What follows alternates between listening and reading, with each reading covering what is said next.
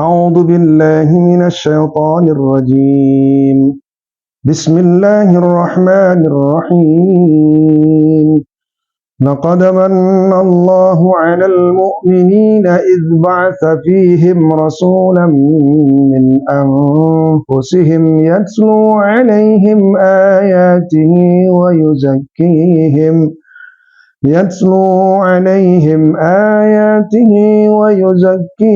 ويعلمهم الكتاب والحكمة وإن كانوا من قبل لفي ضلال مبين صدق الله العظيم. Assalamualaikum warahmatullahi wabarakatuh. Alhamdulillahirabbil alamin. Wassalatu wassalamu ala asrafil anbiya'i wal mursalin sayyidina wa maulana Muhammadin wa ala alihi wa ashabihi ajma'in. Saudaraku kaum muslimin rahimakumullah. Alhamdulillah, pada hari ini kita telah memasuki lebih separuh dari Ramadan di tahun ini. Kita bersyukur kepada Allah Subhanahu wa taala. Mari kita tingkatkan kualitas ibadah kita dan intensitas interaksi kita dengan Al-Qur'anul Karim, di mana Al-Qur'an merupakan kitab suci umat Islam yang diturunkan di bulan Ramadan. Kajian kita pada hari ini, kita renungkan surah Ali Imran ayat 164 yang kita bacakan tadi. Sungguh Allah Subhanahu wa taala telah menganugerahkan kepada orang-orang beriman itu dengan mengutus di antara mereka seorang rasul untuk kalangan mereka sendiri, yaitu Nabi Muhammad sallallahu alaihi wasallam. Ada 3 tugas Nabi Muhammad sallallahu alaihi wasallam ditegaskan pada ayat itu. Yang pertama adalah tugas yatslu alaihim ayatihi, membacakan ayat-ayat Allah, yaitu membacakan, mengajarkan Al-Qur'anul Karim kepada umatnya. Yang kedua adalah yuzakkihim, mensucikan akidah umat dari syirik menjadi bertauhid dan suci dari penyakit-penyakit yang melekat pada hati jiwa manusia. Dan yang ketiga adalah wa yu'allimhumul kitaba wal hikmah, mentaklimkan, mendidik umat ini dengan kitab Al-Quran dan Sunnah. Dan di ujung ayat disebutkan bahwa sebelum Rasulullah itu diutus di masyarakat Arab ketika itu, kondisi mereka dalam keadaan dolalim mubin, sesat dan nyata kesesatannya. Dan alhamdulillah Rasulullah Shallallahu Alaihi Wasallam mampu mengubah masyarakat jahiliyah yang sesat itu menjadi masyarakat yang beradab, bahkan akhirnya mampu mengembangkan sebuah tatanan masyarakat yang menjadi contoh, yaitu Madinatul Munawwarah. Saudaraku yang dimuliakan Allah, kita yang hidup di era ini, apakah sudah lebih baik? Insya Allah, akidah kita masih bisa dipertahankan, kita masih bisa beribadah, akhlak kita alhamdulillah masih bisa menjadi akhlak yang baik. Kita masih bisa mendidik anak-anak kita. Akan tetapi, kita juga harus patut waspada karena berbagai macam kesesatan-kesesatan atau kemaksiatan-kemaksiatan juga masih merajalela di sekitar kita. Bahkan mengancam masa depan generasi muda kita. Perhatikanlah, kasus-kasus korupsi masih saja terjadi di negeri ini. Kolusi, sogok menyogok, nepotisme masih nyaring terdengar di telinga kita. Lain lagi ancaman yang menghampiri generasi muda kita, pergaulan bebas, narkoba, tawuran, zina, sampai kepada persoalan LGBT, itu juga bisa menghancurkan karakter, menghancurkan masa depan generasi muda kita. Oleh karena itu, jika kita belajar kepada ayat tadi, ternyata Allah Subhanahu wa taala mengutus Nabi Muhammad sallallahu alaihi wasallam mengubah masyarakat yang luar biasa sesatnya masa itu dengan cara apa? Dengan cara Al-Qur'an, yaitu dengan membacakan ayat-ayat Al-Qur'an, mensucikan kalbu mereka dari syirik menjadi bertauhid, tentu dengan panduan dan tuntunan Al-Qur'an. Yang ketiga, khusus Nabi mentaklimkan, mengajarkan kitab Al-Qur'an dan sunnah Rasulullah SAW. Maka jika kita masyarakat ini terbebas dari ancaman-ancaman negatif tadi, dan kita juga bisa membangun bangsa negara Republik Indonesia yang kita di sini sesungguhnya mayoritas Muslim yang sangat toleran, yang sangat inklusif, yang bisa menerima keragaman, seharusnya kita mampu menampilkan bangsa yang beradab jika saja kita konsisten kembali kepada Al-Quran. Oleh karena itu, di momen ini, kami mengajak kepada kita semua untuk melakukan gerakan pendidikan Al-Quran. Kita selamatkan generasi muda masa depan agar tetap bertauhid, agar tetap memiliki kepribadian Islami, agar tetap memiliki peradaban yang gemilang di masa depan ketika dia memiliki akhlak Qurani. Maka butuh gerakan pendidikan Al-Quran. Disebut gerakan karena ini membutuhkan usaha yang komprehensif, holistik, integratif semua pihak. Kalau bolehlah menggunakan kata TSM, kita gunakan TSM, terstruktur, sistematik, dan masif. Tentu ini dalam artian positif. Bagaimana kita membangun karakter generasi muda kita, generasi Quran. Saudara yang dimuliakan Allah, paling tidak ada 3 gerakan yang harus kita kombinasikan. Yang pertama adalah gerakan pendidikan Al-Quran di tingkat keluarga.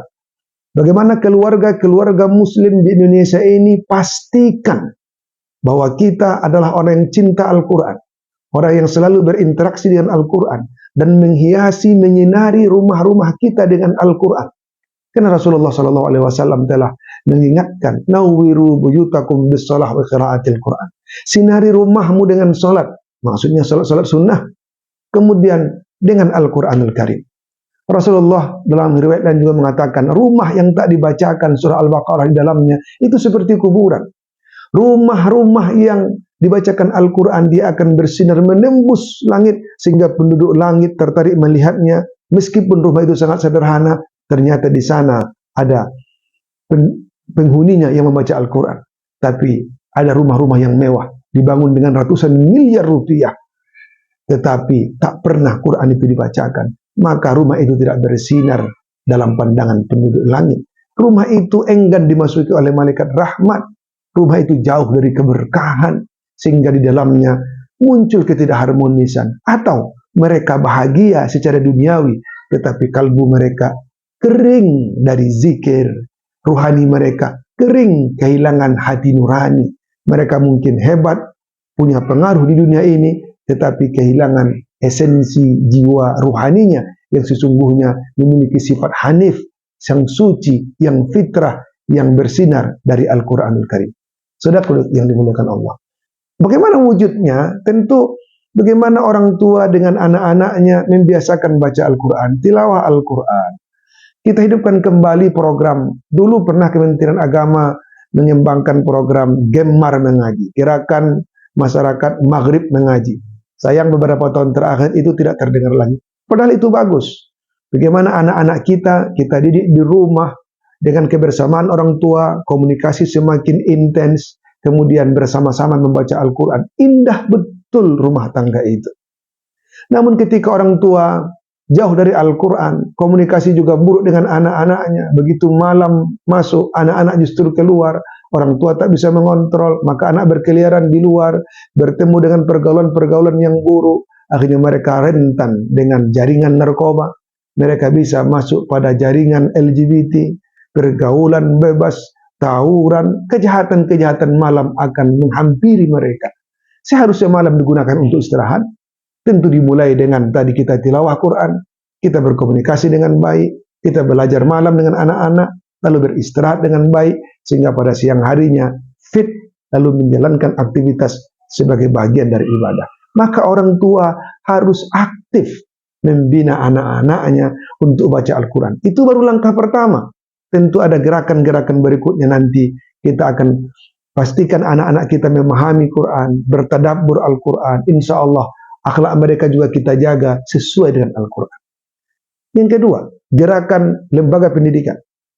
Jadi orang tua tentu tidak tuntas bisa mendidik anak-anaknya secara sempurna berakhlak Al-Quran. Maka orang tua butuh berkolaborasi dengan lembaga pendidikan, bermitra dengan guru-guru. Maka kita harapkan sekolah-sekolah juga mohon agar mengembangkan gerakan pendidikan Al-Quran ini di tingkat sekolahnya, di tingkat madrasahnya. Terutama mohon maaf, sekolah-sekolah umum. Belajar agama itu hanya relatif singkat. SD cuma 3 jam, SMP cuma 2 jam, SMA juga 2 jam. Bagaimana mungkin mereka bisa memahami Al-Quran dengan hanya memanfaatkan belajar 2 jam itu? Bahkan di sekolah itu tidak hanya Al-Quran yang 2 jam itu, bukan. PA itu ada aspek akidah, ada aspek fikihnya, ada aspek akhlaknya, dan sejarah kebudayaan Islamnya. Di samping tentu Al-Quran. Jadi ada 5 di situ. Tentu tidak sangat tidak mencukupi. Maka sekolah perlu mendesain program di mana Al-Quran itu menjadi kurikulum inti untuk membentuk karakter peserta didiknya. Dan ini relevan dengan tujuan pendidikan nasional yang menginginkan lahirnya peserta didik yang beriman, bertakwa, dan berakhlak mulia. Jadi tidak hanya sekedar cerdas. Bagi umat Islam, sulit, bahkan bisa dikatakan mustahil bisa terbentuk kualitas iman dan takwa jika peserta didik tersebut tidak pernah bersentuhan dengan Al-Quran, tidak pernah berinteraksi dengan Al-Quran. Maka jika ingin melahirkan generasi-generasi berkarakter di sekolah-sekolah itu, dekatkan dia dengan Al-Quran. Banyak program yang bisa didesain. Pembiasaan pagi misalnya, 10 menit pertama, tolonglah bina anak-anak membaca Al-Quran. Rutinkan mereka baca Al-Quran. Tidak hanya praktek ini di sekolah-sekolah Islam swasta, tapi sekolah-sekolah negeri, apalagi di sana ada umat Islam, gurunya beragama Islam, muridnya beragama Islam. Wajar kita bina karakternya berdasarkan Quran ini. Karena pendidikan karakter yang paling mendasar, yang paling pokok itu adalah dengan Al-Quran. Yakinlah, saudaraku, jika kita menjadikan Quran sebagai materi pendidikan karakter kita, pasti hasilnya sangat memuaskan dan tidak akan mengecewakan. Sudah banyak riset yang menunjukkan bahwa siswa-siswa kita yang banyak berinteraksi dengan Al-Quran, baik melalui tilawahnya maupun dalam tahfiznya, apalagi mereka bertadabbur dengan Quran, akhlak mereka cenderung lebih baik dan lebih berkarakter.